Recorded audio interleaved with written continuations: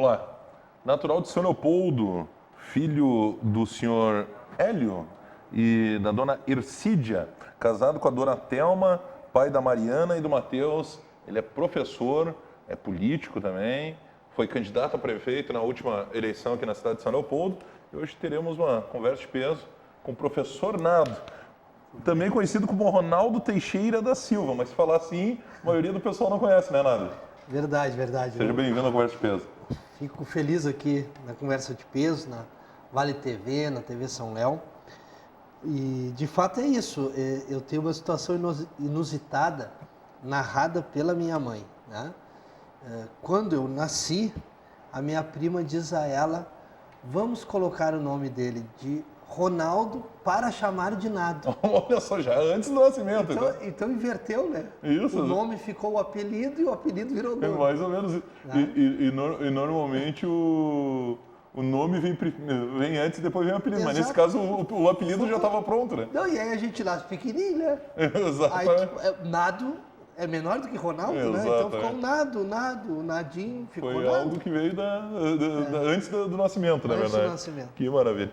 Nado, você está com 40 e... 50, desculpa, eu sou um péssimo de cálculo. 53 anos. 53 anos. E, enfim, sempre converso, sempre puxo esse assunto porque eu acho interessante. Como é que era a cidade de São Leopoldo? Você que nasceu, se criou aqui, a tua infância, a juventude. O pessoal tem falado muito que nos últimos 15 anos, por aí, a cidade mudou muito.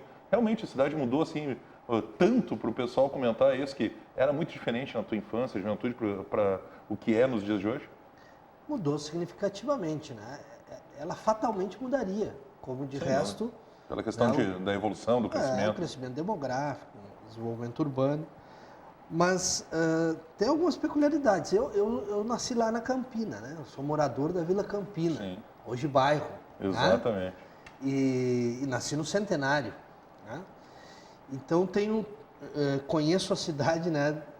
Desde a Zona Norte, por onde passei na minha infância, indo para o bairro Fião, onde moro hoje. Né? E, portanto, conheço muito a nossa cidade pela vivência natural. Em que medida ela mudou? Ela mudou, na minha opinião, muito na incompreensão dos seus gestores nesses últimos períodos, né, pelo menos nesses últimos 3 ou 4 mandatos, em que não perceberam que esse crescimento se daria com organização ou sem organização. Né? O crescimento demográfico, né, levaria a uma desordem urbana se não houvesse planejamento. Não adianta só trazer o pessoal para cá sem dar condições, sem a cidade estar estruturada para receber, né? Exatamente. E isso ocorreu com São Leopoldo. Tá? São Leopoldo recebeu um número muito grande de novos habitantes, né? E essa desordem não foi assistida, não foi acompanhada, não foi contida. Tá? E por isso São Leopoldo mudou mais do que uma cidade vizinha se transformou. Né? Tu pegas exemplos assim concretos. Né? Nós temos a nossa gloriosa Avenida Independência, que chamamos de Rua Grande carinhosamente. Né? A nossa Rua Grande sempre foi um shopping a céu aberto. Tanto é que shopping center mesmo na nossa cidade nunca vingou. Até o primeiro Sinus Shopping não se viabilizou. Hoje melhorou com o Bourbon e tal, mas ainda não é um shopping como tem, por exemplo, a cidade de Novo Hamburgo. Por que isso? Porque todos querem no sábado pela manhã passear na Rua Grande. Lá nós vamos encontrar os nossos amigos, os nossos parentes, os nossos irmãos. Então, nessa perspectiva, uma mudança radical, por quê? Porque não houve a compreensão do poder público de fazer com que essa Rua Grande se potencializasse no seu comércio e na sua organização urbana para receber cada vez mais leopoldenses que querem fruir a sua rua principal. Sabe que até um tempo atrás, eu conversando com amigos, às vezes, enfim, ou da Grande Porto Alegre, ou aqui da nossa cidade vizinha, Novo Hamburgo, e o pessoal de Sapucaí, de Esteio, e o pessoal comentava muito isso. Poxa, como eu gostaria que Sapucaí, Esteio, Novo Hamburgo tivesse uma rua que nem tem em São Leopoldo, que tem tudo.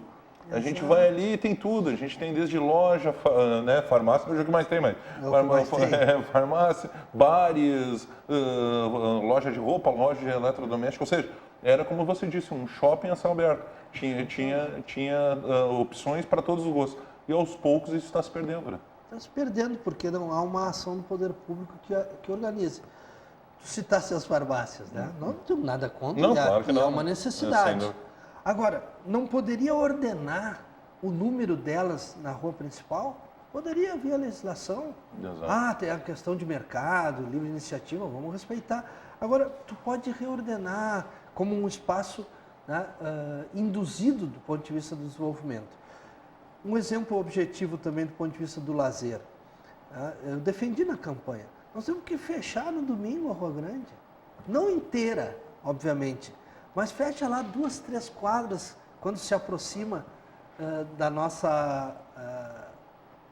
Lindolfo Collor, né? Não, da Lindolfo para cima. Correto. Entendeu? Da nossa João Correia. Isso. Entre a Lindolfo, ou uma quadra a mais, Sim. uma a menos, até a nossa João Correia. Ali nós temos que deixar com que o leopoldense possa ter uma fruição. Seja, entre aspas, quase um calçadão. Assim. Calçadão, vai tomar chimarrão no domingo à tarde ali, vai todo mundo. Porque as pessoas saberão que lá é um ponto de encontro. Até porque o fluxo de veículos né, não é tão grande assim no domingo, né? É um momento propício para fazer isso. Né? Claro, e tu viabilizas ali os bares que já existem, né? Vai potencializar ali a venda daqueles bares. Então, mas são iniciativas simples e que não são tomadas para, de alguma maneira, resgatar a nossa identidade. Tá? O saudoso Ribeiro Pires, eu digo saudoso porque ele hoje não atua mais, né, formalmente. Está bem vivo, graças a Deus. Bem, né? maravilhosamente. Da nossa revista Rua Grande. Mas ele que sempre foi um jornalista atuante até então, ele cunhou a fé, cultura e trabalho, né, que é o nosso lema da cidade. Pô, fé. Padre Réus, como é que uma cidade como São Leopoldo não transforma positivamente a Romaria do Padre Réus num acontecimento estadual e quiçá nacional? Falta poder público enxergando isso. A própria igreja luterana é muito forte em São Leopoldo, a igreja luterana, desde os imigrantes alemães, enfim. Então, mas nós podemos ter, nessas figuras centrais, como eu citava o Padre Réus, uma referência, né? A famosa igreja do relógio. Né? Exatamente. Então, agora isso tu tem de ter um auxílio, uma compreensão cultural. Então nós temos fé. Conhecer a história, né? Exatamente, nós temos fé que pode ser uma identidade nossa, através dos símbolos que citamos. Nós podemos ter cultura, né? Muito mais qualificada. Agora o Grupo Rodeio, né? Foi premiado nacionalmente. O grupo, tu lembra do Grupo Rodeio? Nasceu lá no Constâncio. Bem tu lembras do Constâncio? Pô, nós íamos lá, estava lá o Grupo Rodeio.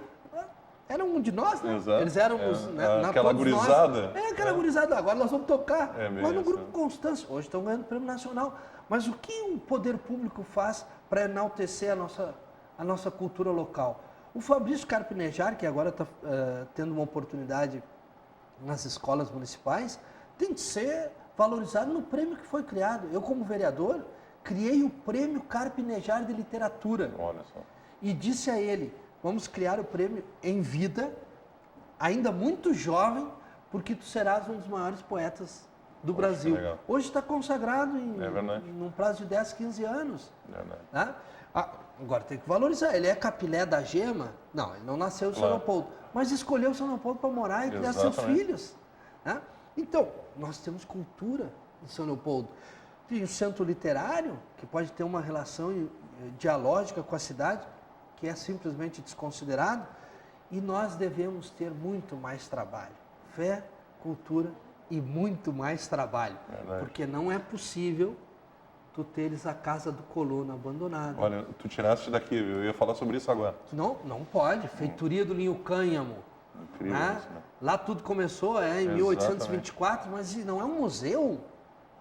É um museu. As nossas crianças hoje, da escola, do ensino fundamental, tinham de ter agenda lá para visitar e compreender como se deu o processo. Reviver e conhecer a história, né? Hoje não podem ir lá, porque está abandonado, está depredado, deteriorado. Então nós precisamos fé e temos. Nós precisamos cultura e temos. E nós precisamos mais trabalho. Agora precisa ter também um pouquinho de compreensão histórica da vida da nossa cidade. E até falando em trabalho, você, quando chegou à fase adulta, foi seguir a vida de professor. Justamente ficou conhecido como professor nada. Pois é. A relação professor-aluno, né, ela é naturalmente uma relação afetiva. Então, sempre que um aluno, bem ali no início da minha caminhada, em 86 como professor, 1986, na cidade, no curso científico, né, até hoje lá o Colégio Porto Seguro, né, sempre aparecia um irmão, coisa da cidade, né, de quem é da terra. Ô, Nado, aí um aluno brincando, né? Nado. Olha, na aula seguinte eu já virava o Nado, né? Porque essa relação afetiva. Então, virei o professor Nado, de fato. E com muito orgulho, professor de língua portuguesa e literatura brasileira, né? Formado em letras. E desenvolvi também uma estratégia no ensino da redação que me rendeu a oportunidade de não só lecionar em São Leopoldo, como lecionar em Porto Alegre no estado inteiro, até fora do estado, inclusive, sempre convidado para apresentar essa minha metodologia, essa minha técnica de redação. Tenho até um livro, né, lançado, que é a Oficina do Texto. Então, tem um trabalho aí bastante qualificado nessa área que me orgulha profundamente. Meu vínculo com a sala de aula é permanente e histórico e me orgulho com a gurizada que eu ajudei a formar. E a família, Nado? Casado com a dona Thelma, pai da Mariana, do Matheus, ou da mamãe e do God, né? Da mamãe e do God. Isso. Vou falar assim que o pessoal vai se reconhecer melhor quando estiver assistindo. Essa coisa do apelido pegou lá em casa. Incrível, né? Então, isso, né? Eu chegava em aula, primeiro dia de aula, dizia, Faltou apelido para dona Thelma, viu? Não, mas não. Ela tem também. Vou dizer que eu chegava em aula dizendo assim, olha, eu sou o Nado, casado com a Teca e papai da mamãe do Gordo. Eu dizia bem ligeiro, né? Quem? Como assim? Mas já quebrava o gelo com a rapaziada, né? Mas é Teca. Claro. Né? A professora Thelma também. Olha só. Né? Hoje, gerente de projetos da Organização dos Estados Ibero-Americanos, né? Que tem sede em Brasília. Sem dúvida. Né? Trabalha na área da cultura, da educação e da ciência. São todos os países de língua portuguesa e língua espanhola. Né? É uma Unesco da língua espanhola e da língua portuguesa. Então, a OEI tem uma atuação importante, ela é gerente de projetos e hoje ela fica entre São Leopoldo e Brasília devido à sua atuação profissional. É uma professora literalmente poliglota, né? Ela é formada em francês, inglês e em espanhol. Estou precisando ter umas aulas. Né? E ela tem esse domínio e a partir daí desenvolveu um campo profissional muito rico em projetos sociais, como disse, da cultura da educação. E o Matheus e a Mariana, né, a Mariana e o Matheus, a Mariana tem um aninho a mais, ela é um outro orgulho extraordinário, porque ela se formou em letras, imediatamente ingressou no mestrado em linguística e foi chamada pelo Instituto do Cérebro. Né? Ela estuda hoje neurociência da linguagem. E o estudo dela foi tão positivo que agora, dia 1º de setembro, ela embarca para Nova York para estudar o seu doutorado na Universidade de Yale. Nossa, né? espetacular. Ela ficou em primeiro lugar, se classificou, e está indo lá estudar a linguagem e o cérebro. Porque nós estudamos a linguagem desde o início do século passado, a partir do Saussure, é a minha formação também, né? O Saussure e o Chomsky, é um grande intelectual que está aos 88 anos, né, enfrentando lá as questões norte-americanas. Mas ele é um grande linguista. E de um lado, então, os grandes linguistas e de outros médicos estudavam, né, neurologia e tal, e o cérebro. Flagraram o quê? Nós vamos ter que sentar juntos, os linguistas e os médicos, né, e os cientistas. Olha. E aí ela está nesse início de processo indo estudar. E o Matheus é teu colega. Eu ia dizer, o Matheus é meu colega, né? O Matheus é teu colega. Ele muito cedo também se forma em Brasília e é convidado a trabalhar no Correio Brasiliense. Né? Foi jornalista do Correio Brasiliense até pouco tempo e agora foi contratado pelo Conjur, que é o principal site jurídico do país, tá? E está tendo uma rica experiência por lá também. Então a gurizada vai bem, obrigado, estudando e trabalhando. E essa base familiar é importantíssima, né, Nando? Para que o restante acabe andando bem, né? Eu sempre dou um exemplo que as pessoas acham meio estranho, mas eu gosto de dizer como professor. Eu e a Teca em casa, os dois nenês juntos, né? Um aninho de diferença, 1, 2, 2, 3, aquela coisa toda. Se criaram juntos. Se criaram juntos. Então,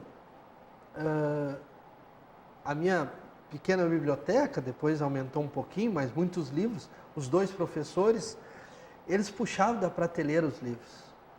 E aí sempre tinha alguém em casa, uma visita e tal, e ó, lá vai rasgar. Eu disse, deixa rasgar. Eu dizia, deixa rasgar. Eu nunca obstaculizei as duas crianças em direção aos meus livros. Um é jornalista e escreve maravilhosamente bem, e o outro é linguista, a outra é linguista, né, e fazendo estudo sobre linguagem. Então, somos a família das letras lá em casa. Espetacular. Vamos ao intervalo? E na volta, o professor Nando, né, vai falar um pouquinho da sua atuação política. Aí sim, envolvimento no PDT, candidato a prefeito na última eleição. Bateu na trave, né? Olha, deu susto aí no pessoal. Vamos ao intervalo, sempre para Funny Feelings. Já voltamos.